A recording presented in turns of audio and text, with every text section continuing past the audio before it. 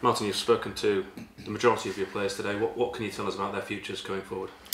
We've tried to act as quick as we could for everyone's purpose. The players, you know what their futures are, whether with York City or without York City, and just for the people who support them as well. Because I think it's important that they've come and they've supported you all year, and I think it's important that we're here. We've got to make changes, and we're here to do that straight away.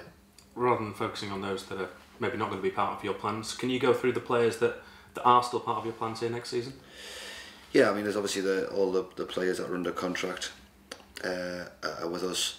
There's a few players' options kicked in, 2 months ago, which served the purpose. So them players are with us as well. But it's important that we keep what we feel is the spine of the team. There's no way. We've got some good players that we've kept. We've got some very, very good players, but equally, we've got to now make sure that we bring in better than what's left, and we've got to bring in the right people, senior players. I've always said I'm not looking to bring in young 18, 19, 21-year-old players in. I'm looking to bring in seniors that's been and done at this level and the league above.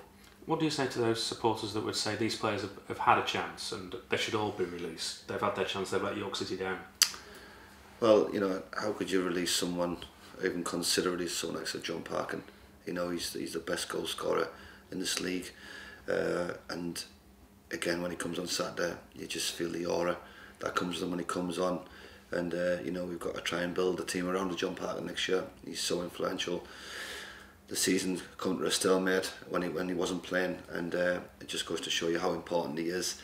And he's got to play a big role next season on the pitch, off the pitch. Come a little bit more of my team off the pitch as well. Other players, were there any hard conversations you had to have this morning with players? Yeah, it's the job that you get paid to do, and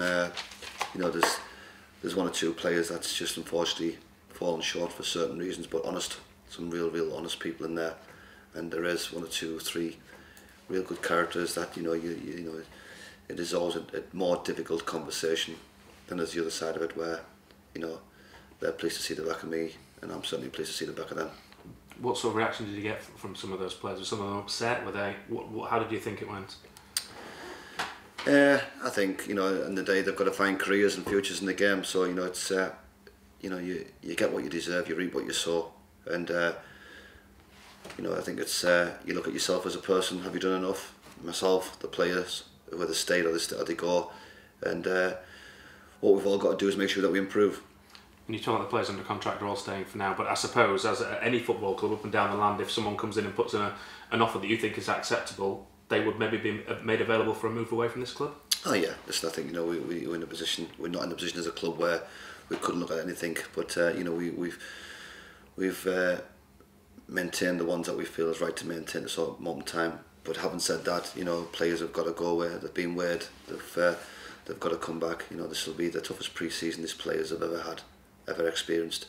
We've got to come back in tip-top shape, making sure that we're ready to come out the blocks flying. And as I said to you, the players that we're looking to recruit will play a massive part. And I'm really excited about the future. I know you've got a reserve game tomorrow, but the players that you're keeping for next season, is that it now? Have you sent them off for their summer holidays, and when do you return for pre-season training? Yeah, we report back the 27th of June. Wednesday the 27th of June, the reserve team tomorrow, but it'll be full of the kids. So yeah, we've got to look at the future. It's all about the future of York City now, and that started this morning, and we've got to make sure now that we nail this down, getting the ones that we feel right in the early days. But after that, just going to make sure that we recruit, not panic, rush. We don't need to rush into anything. There's lots of players out there, lots of good players out there available, and we've got to make sure that we get the right targets now. How big a squad in an ideal world would you like to carry next season?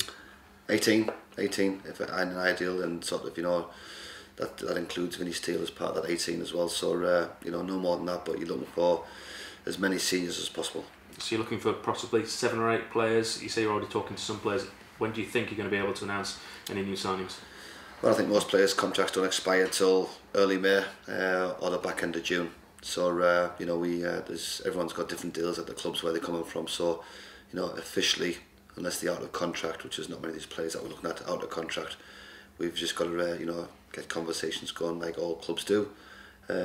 We've got a lot of targets, and we've got to make sure that for me there'll be no summer holidays, no breaks. There'll be no getting out of the country for me personally. It's the most busiest important time, and we'll be putting all of our energy now to making sure that we get the right players, to make sure pre-season. I want the players to come back with a new philosophy, a new mentality of what this club's going to be all about.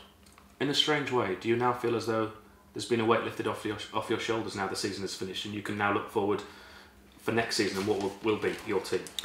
Yeah, I've never experienced anything like this ever in management in 6-7 years. I've always finished seasons with promotions or playoffs every season, so it's been very, very hard for me to understand.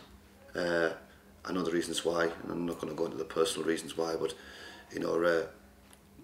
mark my card, it's something that I certainly haven't enjoyed. I found it very, very difficult. I've had some real bad times this last 2 months. The understanding of why it's happened and how it's happened, and the mentality of some people.